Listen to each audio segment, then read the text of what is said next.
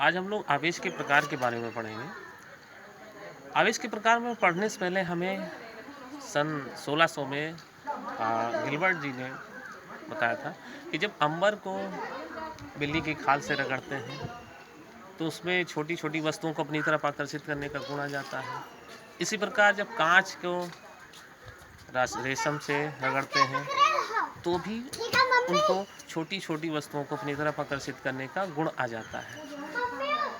इसी प्रकार अगर दो कांच की छड़ें लें और दो रेशम के कपड़े लें, एक कांच की छड़ को एक रेशम के कपड़े से रगड़ें, इसी प्रकार दूसरी कांच की छड़ को दूसरे रेशम के कपड़े से रगड़ें, तो देखेंगे जो दोनों कांच की छड़ हैं उन पर कुछ आवेश आ जाता है। अगर इन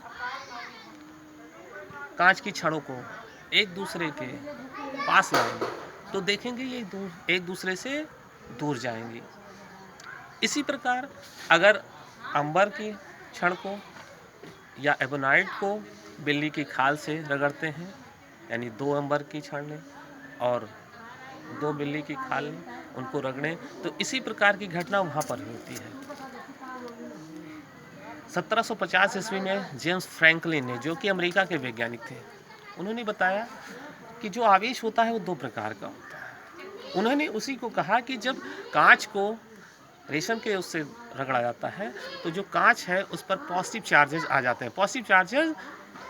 हैं, कांच पर। इसी प्रकार जब अंबर को बिल्ली की खाल से रगड़ा जाता है तो उस पर निगेटिव चार्जेस आ जाते हैं। यहीं से आवेश के दो प्रकार के बारे में बताया गया कि जो आवेश होता है हमारा दो प्रकार का होता है, एक धनात्मक आवेश और दूसरा ऋणात्मक आवेश। अब अगर एक आवेश धनात्मक है, एक ऋणात्मक आवेश है, तो इस पर उन्होंने कहा कि अगर दो धनात्मक आवेश को, यानी दो कांच की छड़ों को जब आपस में समीप लाते हैं, यानी दो कांच की छड़ें जो कि रेशम से अलग अलग रब की हुई होती है, मतलब घर्षित की होती है, तो वो एक दूसरे को प्रतिकर्षित करती है। यहाँ से पता चला कि दो समान आवेश एक दूसरे को प्रतिकर्षित करते हैं। इसी प्रकार अगर दो विपरीत प्रकार के आवेश हैं तो वो एक दूसरे को आकर्षित करेंगे। धन्यवाद स्टूडेंट। अगला टॉपिक